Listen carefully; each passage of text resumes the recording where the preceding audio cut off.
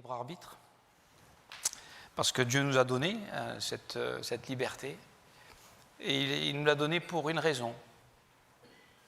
C'est la condition indispensable, nécessaire, pour qu'on puisse l'aimer. Parce que si on n'était pas libre, ça ne serait pas de l'amour. Si nous ne choisissons pas d'aimer Dieu, ça ne serait pas de l'amour. Et ce n'est pas si simple que ça. Parce que il nous a donné sa parole, il nous a donné la Bible. Alors bien sûr, ce n'est pas Dieu qui l'a écrite, mais il a inspiré des hommes, et pas juste une personne, plus de 40 auteurs, pour nous parler, pour se révéler, pour nous communiquer.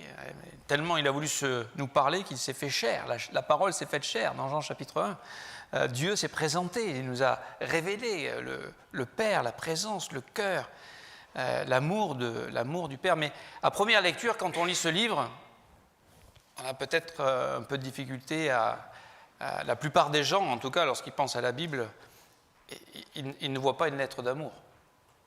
Ils voient plutôt une histoire d'un peuple, des guerres, des morts, des problèmes, et ils ne voient pas toujours la main de Dieu, l'œuvre de Dieu dans toute l'histoire de l'humanité et à travers ce livre-là. Et c'est triste, parce que Dieu nous aime véritablement et qu'on a besoin d'apprendre à découvrir cet amour et ne plus voir la Bible comme un livre de restrictions et de contraintes, mais comme un code de vie pour notre bénédiction et pour notre liberté. Ça paraît étonnant, mais on va parler de ça. Alors, on va commencer avec un premier texte. Il y a deux textes sur lesquels on s'arrêtera pour conclure. Le premier, c'est Jean chapitre 8, et peut-être on va commencer avec celui-là, et on finira avec celui-là. Jean chapitre 8, vous connaissez ces passages. Au verset 30, « Comme Jésus parlait, ainsi plusieurs crurent en lui. Et il dit aux Juifs qui avaient cru en lui, « Si vous demeurez dans ma parole, vous êtes vraiment mes disciples. Vous connaîtrez la vérité, et la vérité vous affranchira ou vous rendra libre. » Ils lui répondirent, « Nous sommes la postérité d'Abraham, et nous ne fûmes jamais esclaves de personne. Comment dis-tu, vous deviendrez libres ?» En vérité, je vous le dis, leur répliqua Jésus, « Quiconque se livre au péché est esclave du péché. Or, l'esclave ne demeure pas toujours dans la maison, le Fils y demeure toujours. » Verset 36, « Si donc le Fils vous affranchit, vous serez réellement libre. » On reviendra sur ce texte, mais voilà, c'était un des textes qui a permis cette méditation. Aussi, je lis un livre qui m'a amené quelques réflexions. J'espère que ça va nous aider à réfléchir. On parlait de ça hier à l'étude biblique. Si on ne peut pas questionner sa foi en profondeur, alors notre foi sera un jour, elle va vaciller, elle va s'ébranler, elle va se casser. Et elle sera testée. Donc la vérité n'a pas peur d'être testée. Je veux dire, si vous ne posez pas les questions jusqu'au bout, si vous dites « Oh, je suis parce qu'on m'a dit que… » quelqu'un vous dira autre chose et vous dira « Ah, c'est pas mal ce qu'il dit. » Et puis on a besoin de tester, de réfléchir, d'aller jusqu'au bout des choses. On va lire un autre texte, c'est dans l'épître de Jean, la 3e épître de Jean, les premiers versets. Il dit ceci, 1 Jean chapitre 3, verset 1, « L'ancien Agaius, le bien-aimé que j'aime dans la vérité. Bien-aimé, je souhaite que tu prospères à tous égards et sois en bonne santé comme prospère l'état de ton âme. » Et c'est une prière pour nos baptisés en particulier ce matin. Qu'ils prospèrent dans leur santé physique, dans leur santé psychique, dans leur santé morale, dans leur santé spirituelle, dans leur âme, qu'ils prospèrent. Verset 3, « J'ai été fort réjoui lorsque des frères sont arrivés et ont rendu témoignage de la vérité qui est en toi et de la manière dont tu marches dans la vérité. Je n'ai pas de plus grande joie que d'apprendre que mes enfants marchent dans la vérité. » il semblerait que la prospérité de notre âme soit liée avec la vérité. La vérité dans le cœur et la vérité dans le quotidien. Alors ma question, elle est simple. Comment vas-tu? Comment tu vas? On l'entend tous les jours, ça, presque. Hein? On dit, hey, comment tu vas? Alors souvent, notre réponse, ben, ça va, merci, ça va bien. Quand ça ne va pas, on dit, ça va pas trop mal. Ben, c'est rare qu'on dise, non, ça ne va pas du tout. Ou alors, il faut vraiment qu'on soit... Ou alors, il y a des professionnels de ça ne va pas du tout, ça ne va jamais. Donc, c'est leur seule réponse, ça ne va pas du tout. Alors, on ne le demande plus après, hein, d'ailleurs, comment ils vont, parce qu'on sait que ça... mais en fait, la question, elle est importante. Comment vas-tu? Comment va ton âme? Comment va ta santé physique, émotionnelle, morale, psychique? Est-ce que peut-être, enfant de Dieu, chrétien, né de nouveau, qui aime le Seigneur, qui marche avec Dieu, on est peut-être encore prisonnier de phobies? Peut-être qu'on a du mal à dormir, on a des angoisses face à ce monde anxiogène, face aux catastrophes qui s'enchaînent, et on garde le peuple du Maroc en prière avec ceux qui viennent de traverser. Nos amis qui sont là-bas vont bien, donc les nouvelles sont rassurantes, mais tout le monde est bien secoué, on peut le dire. Des bouleversements climatiques qui nous sont sans cesse rabâchés maintenant, c'est carrément, si vous avez regardé sur la chaîne publique, c'est carrément à propos du réchauffement climatique, la météo. À chaque fois, si vous n'avez pas bien compris, la Terre brûle. D'accord?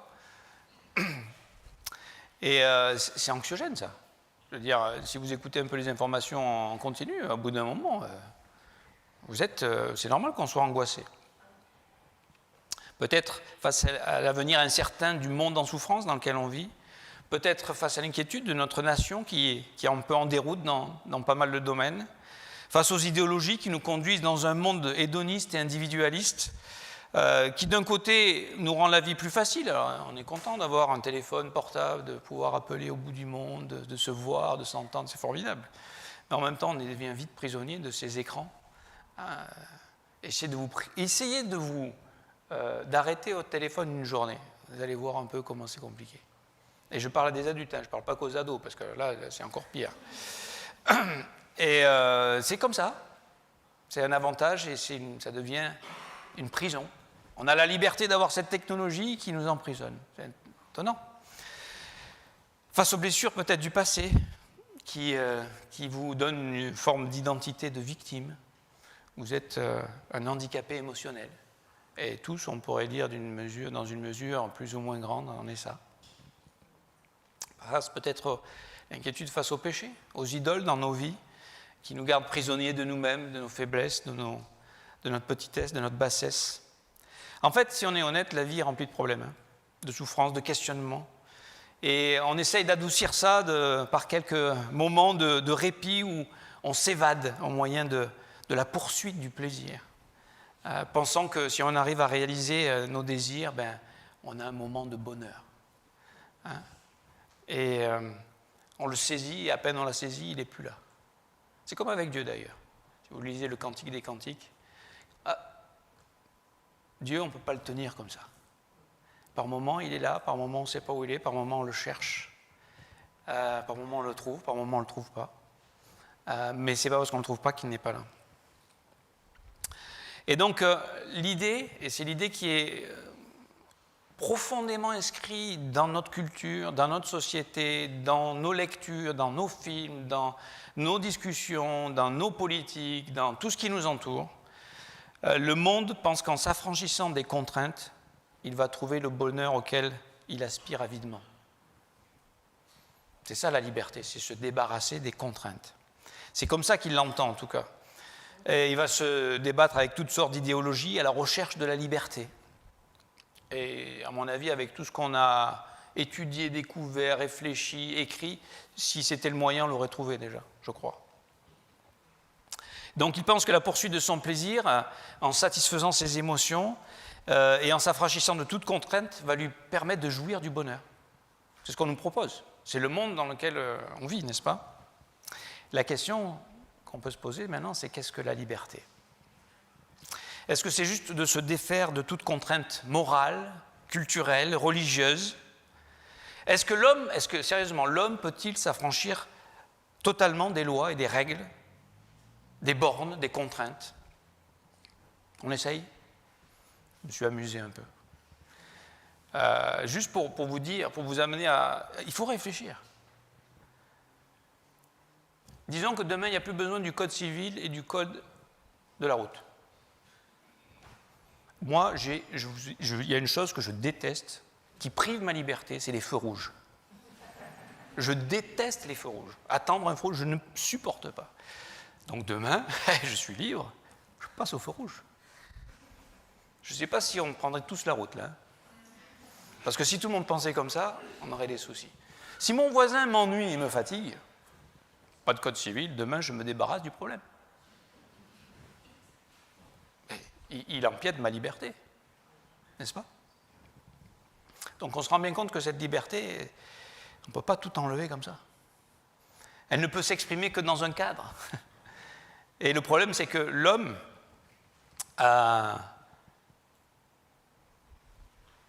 l'homme pense qu'aujourd'hui, et dans notre culture, on peut tout penser, tout dire et tout faire. Oui, on peut faire beaucoup de choses, mais il y a des conséquences à ce qu'on pense, à ce qu'on dit et à ce qu'on fait. Et ça, il faut les assumer aussi. Si tu veux tuer quelqu'un, ton voisin, parce qu'il t'ennuie, ben, tu vas peut-être aller en prison. Tu as la liberté de le faire, mais il y a des conséquences à notre liberté, il y a des limites, il y a des bornes. Et je parle notamment, on n'enlèvera pas le code de la route ni le code civil, mais le code des mœurs, des bonnes mœurs, ça fait longtemps qu'il a sauté.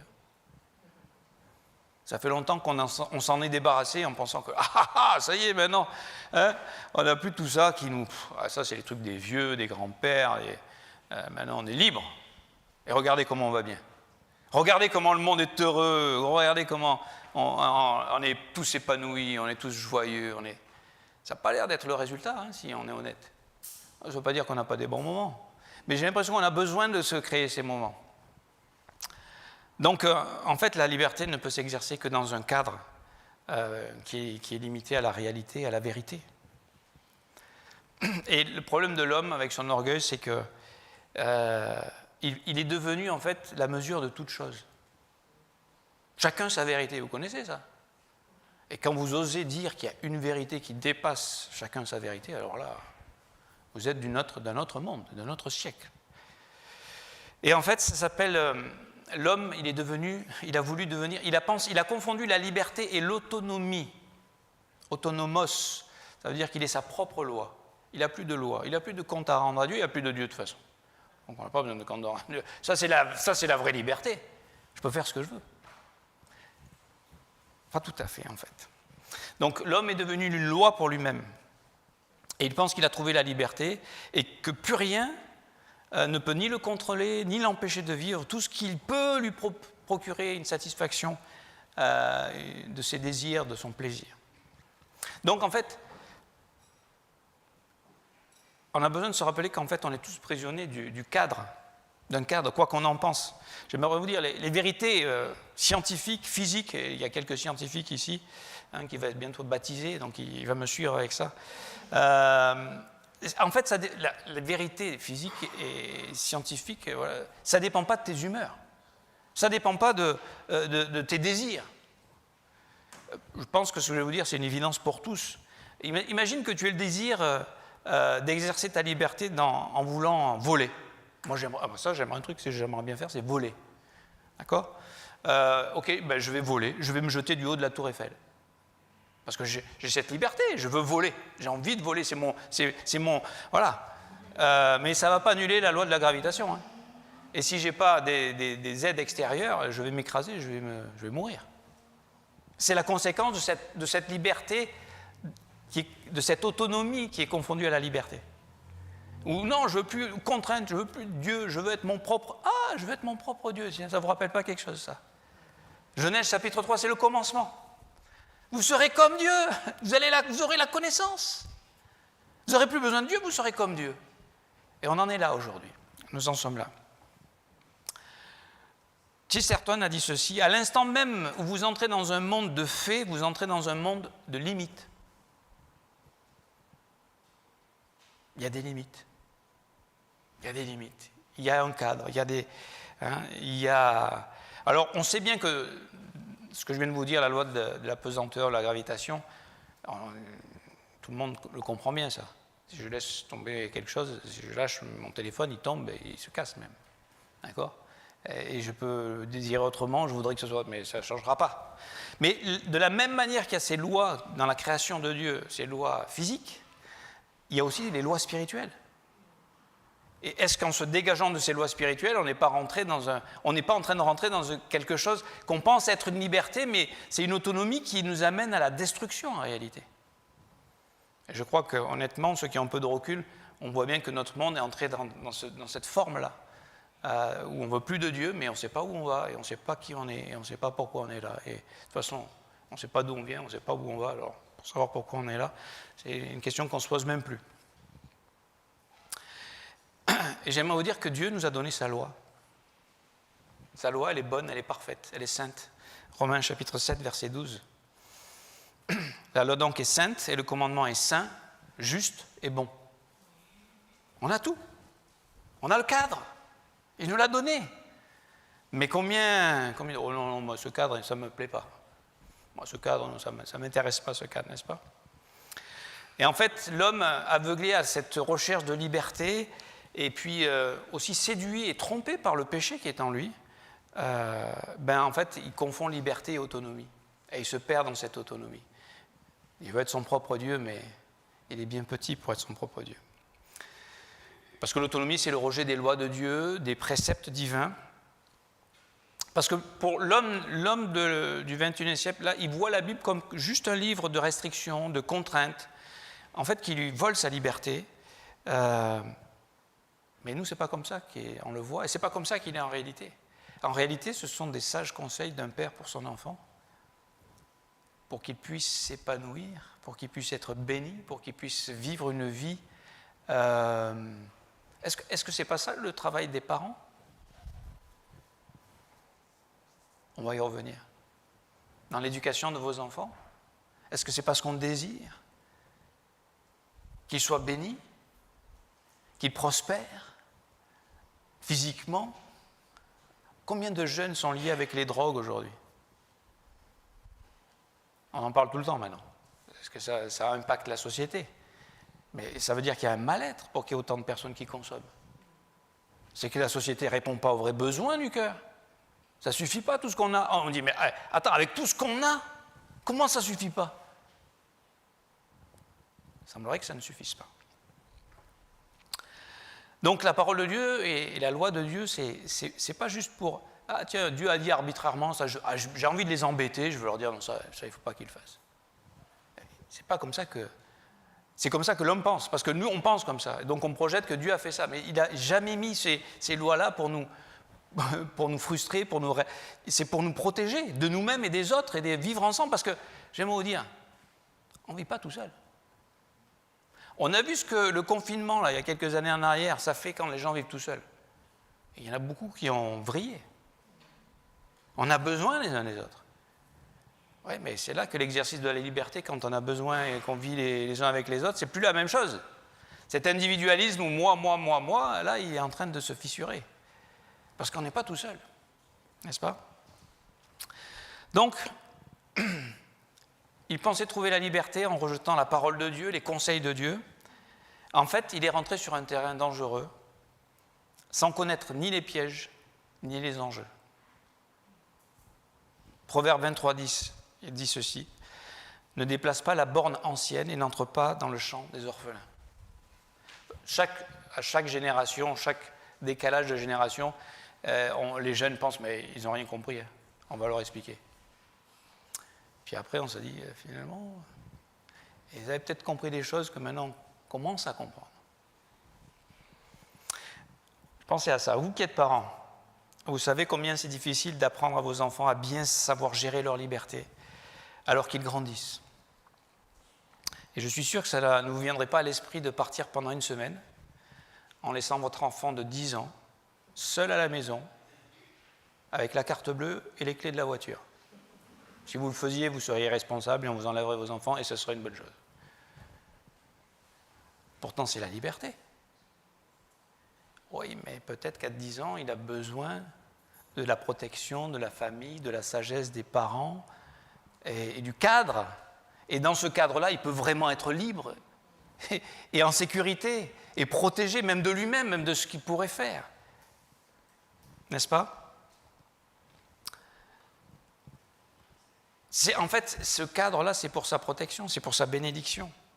Et un jour, il va devoir faire ses propres choix. Il aura besoin d'être conduit, enseigné, convaincu, corrigé. Et ça, c'est toute l'éducation des parents, n'est-ce pas ? De fixer des bornes, de fixer des limites. De dire non, se brosse les dents. C'est pas tu as envie, tu le sens, tu vas contre ma liberté. Non, on se lave les dents. On fait son lit. On range sa chambre. Non, là, tu vois, tu as 7 ans, mais tu ne sors pas du jardin. Mais tu me prives de ma liberté. Non, je te protège de toi-même et du monde qui est autour de toi.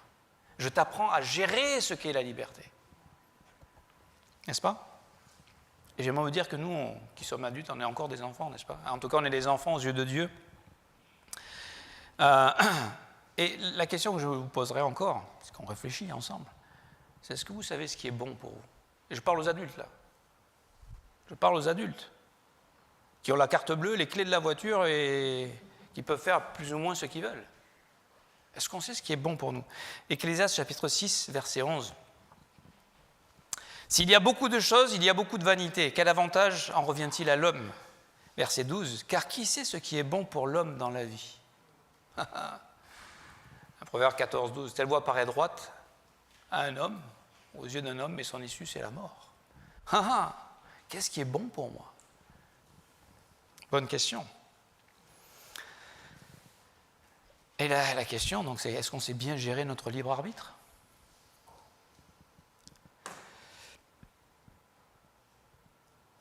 Est-ce qu'on a compris que de courir après la satisfaction de nos plaisirs, de nos désirs, ça, c'est pas ce qui va nous apporter le bonheur ? Ça, c'est le mensonge que Satan est arrivé à faire croire à ce monde, à la majorité. Maintenant qu'on a cette connaissance dans Genèse chapitre 3, 4 et 5, c'est le piège de Satan qui a séduit les hommes. Pensez qu'avec la connaissance, parce qu'on a la connaissance, on a la maîtrise des choses. Combien de choses vous savez que c'est mauvais pour vous et vous les faites quand même ? Vous voulez que je vous donne un exemple ? Manger trop de sucre. Je veux dire, moi, je suis en plein dedans, là. En plus, avec ma maman qui fait des gâteaux, la tentation est là tous les jours. En fait, je crois qu'on a tous besoin d'aide, on a tous besoin encore d'être enseignés, on a tous besoin d'être conduits, et c'est pour ça que Dieu nous a donné sa parole. C'est pour ça que l'Église est là, qu'on se réunit, et qu'on réfléchit ensemble, et qu'on on veut penser avec ce que Dieu dit, avec ce que Dieu pense. Parce que soit c'est vrai, et à ce moment-là, ça vaut la peine de découvrir le cœur du message, le cœur de Dieu, de comprendre que quand les choses semblent vraiment aller contre ma liberté, peut-être que j'ai quelque chose à découvrir là, au lieu de juste rejeter Dieu et la parole de Dieu. Peut-être quelque chose à découvrir du cœur de Dieu, de la pensée qui peut-être qu'il faut élever notre niveau de pensée. Parce que je pense que l'homme, il est primaire, et même terre à terre, tragiquement. 2 Timothée 3,16, toute écriture est inspirée de Dieu et utile pour enseigner, pour convaincre, pour corriger, pour instruire dans la justice, afin que l'homme de Dieu soit accompli et propre à toute bonne œuvre. Et on reviendra sur ce dernier point. Parce qu'on va voir que la liberté a 2 facettes, en tout cas au moins 2. Donc, j'aimerais vous dire, chacun d'entre nous, on est en apprentissage avec savoir comment gérer cette liberté, ce libre arbitre que Dieu nous a donné, qui est là pour qu'on apprenne, pour qu'on puisse un jour l'aimer en retour. Il nous a donné pour ça. Mais avant qu'on arrive là, il y a des hauts et des bas, des échecs, des découvertes, des apprentissages. Souvent, on apprend à la dure. Je ne sais pas comment vous faites, vous, mais Si on vous donne un conseil, ben ça, il vaut mieux pas le faire. Je dis, oui, attends, mais moi, je vais essayer quand même. C'est pas vrai? Mais il faut que je fasse mon expérience. Alors, c'est vrai qu'on doit tous faire notre expérience, mais peut-être qu'on peut... Je veux dire, ne pensez pas que vous, les jeunes, là, quand vos parents vous donnent des conseils, c'est juste... Non, c'est juste pour t'embêter, j'ai envie de t'embêter. Je rêve, qu'est-ce que je préfère pour l'embêter un peu? Oui, c'est embêtant, parce qu'il y a des limites, et on ne les veut pas, ces limites. On voudrait être autonome, mais le problème, c'est qu'on n'est pas Dieu. On n'est que des êtres humains, et que, tôt ou tard, la mort va sonner. Alors, comment on va gérer notre liberté? Je pense à ce verset d'Éphésiens 6, 1 et 2, qui dit « Enfants, obéissez à vos parents selon le Seigneur, car cela est juste. Honore ton père et ta mère. » C'est le premier commandement avec une promesse, afin que tu sois frustré, ennuyé, attristé, fatigué, découragé, abattu. Non, afin que tu sois heureux et que tu vives longtemps sur la terre. À votre avis, qu'est-ce que Dieu veut pour nous? Il veut juste là t'embêter toute la journée ou il veut que tu sois heureux? Que ton âme prospère? Que ton corps prospère? Parce que je pense que si ton âme prospère, ton corps va prospérer aussi. La plupart, vous pouvez demander à Roger, la plupart des maladies ont des origines psychosomatiques. Ça commence avec l'âme, on pense mal, on pense en culpabilité, en condamnation, en crainte. C'est comme ça que ce monde, en angoisse, c'est comme ça que ce monde pense. Et après, d'où les cancers, ils sortent de là, la plupart. Je ne suis pas un spécialiste, mais je pense que quand on pense bien, quand on a la paix dans le cœur, quand on a la communion avec Dieu, quand on sait qu'on est aimé, quand on sait qu'on est en sécurité, il y a beaucoup de combats qui sont évités et inutiles. Afin que tu sois heureux, que tu vives longtemps sur la terre. Donc la liberté, et on arrive bientôt à la fin. Ça va, vous me suivez encore? Ça vous intéresse? J'espère. En tout cas, ça amène une réflexion, une pensée, de réfléchir. On ne réfléchit plus aujourd'hui. On nous impose une idéologie et il faut que tout le monde aille dans le même sens. Et les gens, comme des moutons, parce qu'on a cet instinct grégaire, on suit. On va là, on suit là, on va là, on suit là. On suit. Donc les deux facettes. La première, c'est l'aspect négatif de la liberté. C'est être libre vis-à-vis d'eux. Donc c'est cette idée des contraintes. On veut se débarrasser de tout ce qui me frustre, tout ce qui m'ennuie en fait. C'est un premier aspect, mais c'est comme une pièce. Une pièce, ça a deux faces. Il ne faut pas juste regarder qu'un côté, il y a pile et face, n'est-ce pas? Donc ça ressemble plutôt à l'autonomie en réalité. Et si la liberté ce n'est que ça, alors on a des problèmes. Mais maintenant, il y a un deuxième aspect de la liberté auquel on pense rarement, et en lisant ça, ça m'a interpellé, j'espère que ça va vous interpeller aussi. C'est le côté positif. Je suis libre, mais pourquoi faire? Pour faire quoi? Je suis libre pourquoi?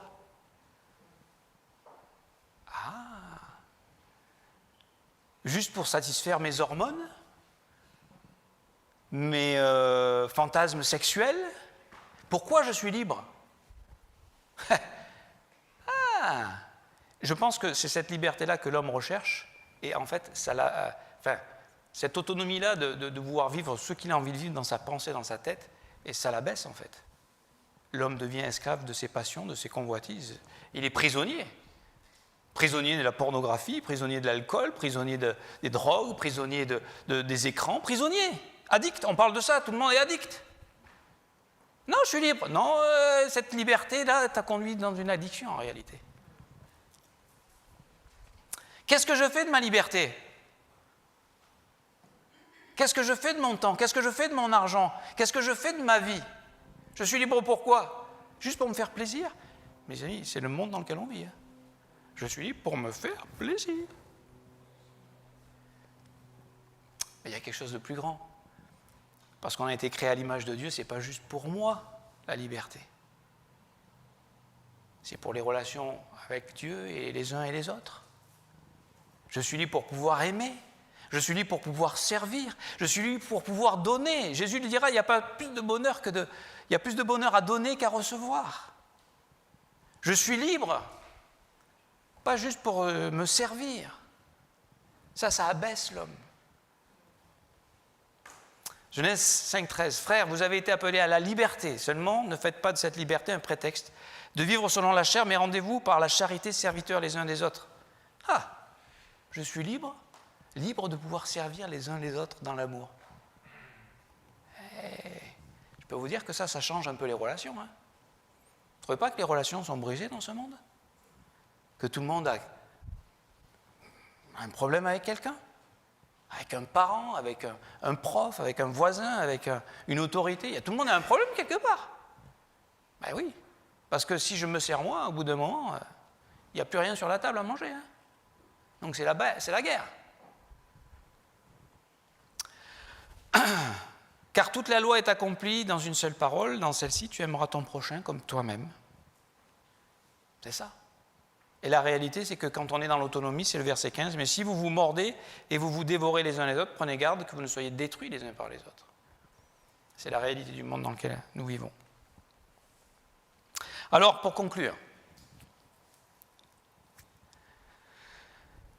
si Dieu nous a donné le libre arbitre, c'est que nous sommes réellement libres. Donc ça veut dire qu'on ne peut pas juste jouer avec ça. Vous avez compris que pour un enfant de 10 ans, il a une certaine liberté, mais il a aussi besoin d'un cadre. Mais je crois qu'à tout âge, on a besoin de ce cadre. Et à un moment donné, c'est à nous de savoir le poser. C'est à nous de savoir nous placer dans ce cadre et accepter de nous soumettre à ce cadre. Et le cadre que Dieu nous a donné, c'est sa parole, c'est le corps de Christ. Vous savez, j'ai rencontré un frère hier à l'évangélisation, né de nouveau, qui aime le Seigneur, qui a son histoire compliquée, comme peut-être certains d'entre nous ici, et qui, avec le temps, s'est isolé. Et il me disait qu'il s'ennuyait, parce qu'en fait, il est seul. Je dis, tu as un téléphone? Il me dit, non, personne ne m'appelle. Parce qu'il n'a personne, en réalité. Mais sans le réaliser, c'est lui qui s'est coupé de tout le monde.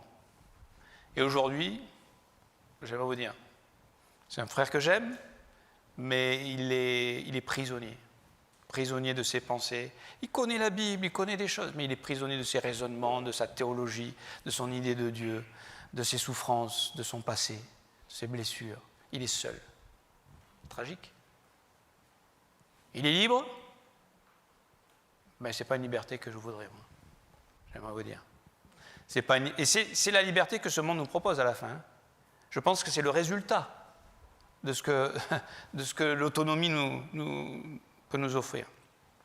Parce que nos choix ont tous des conséquences. Et j'aimerais dire qu'à cause du péché de l'homme, on a tendance à l'autopréservation, à l'égoïsme, et je dirais même, je vais dire non, mais je vais dire oui, à la méchanceté. Vous savez, quand on voit les crimes horribles que les gens font, oh, tu te rends compte? Moi, je ne ferais jamais ça. Sois pas si sûr que dans certaines conditions, tu ne ferais pas la même chose ou même pire.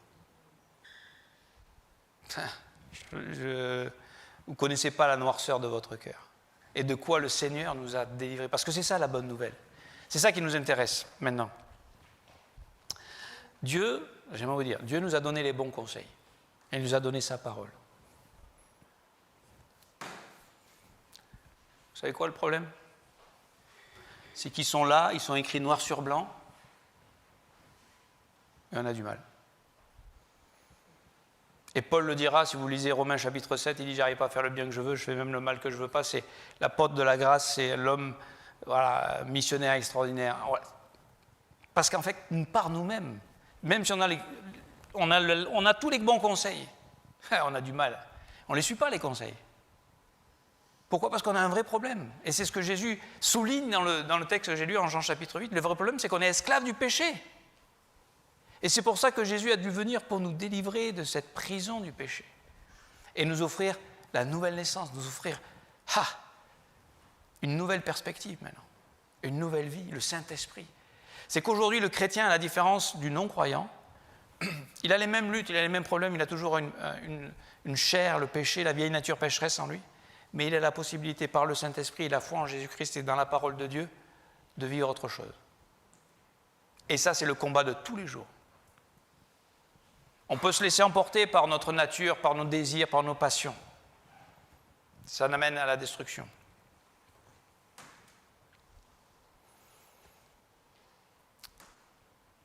C'est lui qui offre la vraie liberté. C'est lui seul qui peut vraiment nous affranchir. Affranchir de quoi? De mon propre cœur, de ma propre folie, de mon propre péché, de ma propre vanité. C'est ça dont j'ai besoin. Et c'est ce qu'il a fait à la croix. Là, il y a 2000 ans. Il a payé à ma place ce que je mérite de payer.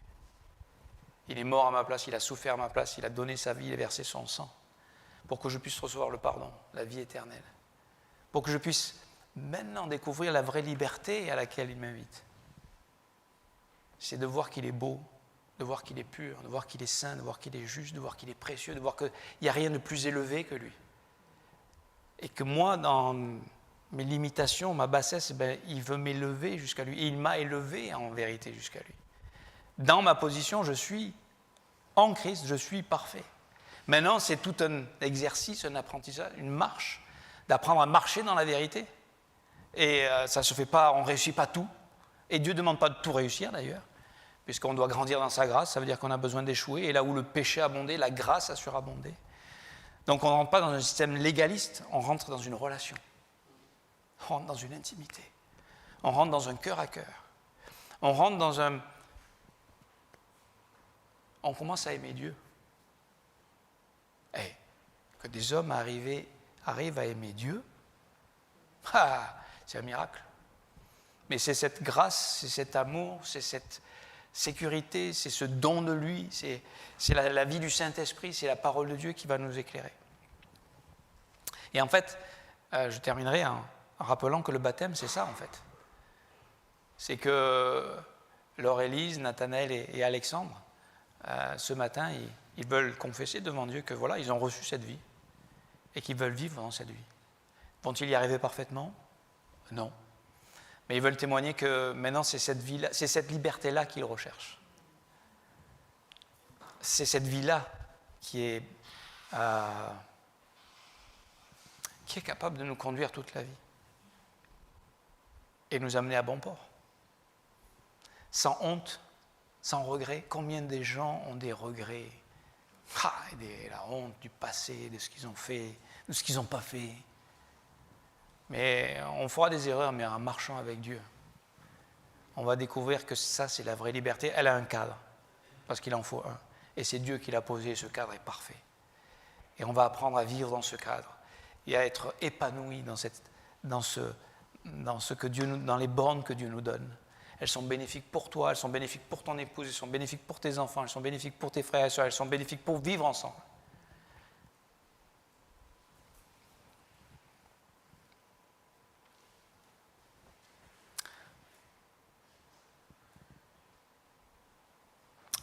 Dieu nous a donné la liberté pour qu'on puisse aimer. Pas plus compliqué que ça. Mais sans lui, on en est incapable. Alors il a décidé de venir et d'être avec nous et de nous conduire sur ce chemin et de nous montrer ce que c'est l'amour. Ce que disait l'amour, papillon, machin, frisson, c'est pas l'amour ça. Ça c'est une émotion, c'est là et le lendemain c'est plus là. L'amour c'est donner sa vie, c'est se sacrifier, c'est rester fidèle, c'est tenir ferme. Ça c'est l'amour. C'est pas l'amour de ce monde. L'amour de ce monde, c'est que si tu peux tromper ta femme, profite-en, parce que sinon, tu vas mourir de toute façon. Et ça, c'est pas l'amour, ça, c'est la trahison. Ça. C'est le contraire de l'amour. Et pourtant, on idéalise ça comme si c'était... Bon, je ne vais pas rentrer là-dedans, parce que sinon, on n'aura pas fini. Mais peut-être ce matin, certains d'entre vous, je ne connais pas certains d'entre vous, donc peut-être certains d'entre vous, ne savez pas tout ça à propos de Jésus. Vous savez, ça paraît tout petit, ce livre-là, mais quand tu rentres dedans, il y a un univers... Vous pensez que l'univers c'est grand? L'univers de Dieu c'est petit, notre univers en comparaison. Quand tu rentres, quand tu acceptes de te soumettre à l'amour de Dieu, tu trouves qui tu es et là tu es libre. Vraiment libre. Il n'y en a pas d'autre de liberté. Tout ça c'est des mensonges, c'est des tromperies ce que ce monde nous propose. Si vous apprenez ça quand vous êtes jeune, c'est mieux que de l'apprendre en se brûlant les ailes, je vous le dis. Mais on a tous notre apprentissage à faire. Mais peut-être, pour ça, il faut d'abord accepter Jésus dans son cœur. Et peut-être certains, vous ne l'avez jamais fait. Et peut-être ce matin, c'est l'occasion. Et on va s'arrêter une minute. Et vous pouvez répéter dans votre cœur, ce n'est pas une prière magique, ce n'est pas de faire partie de cette église, c'est de donner sa vie à Jésus et de recevoir Jésus comme le Sauveur. le Seigneur dans votre vie. Et de choisir ce chemin de la liberté qui passe en se soumettant à notre Créateur. Pour être, et je conclus avec ça, ce pourquoi il nous a créés. Et on ne sera jamais heureux si on ne rentre pas dans ce pourquoi il nous a créés. Jamais.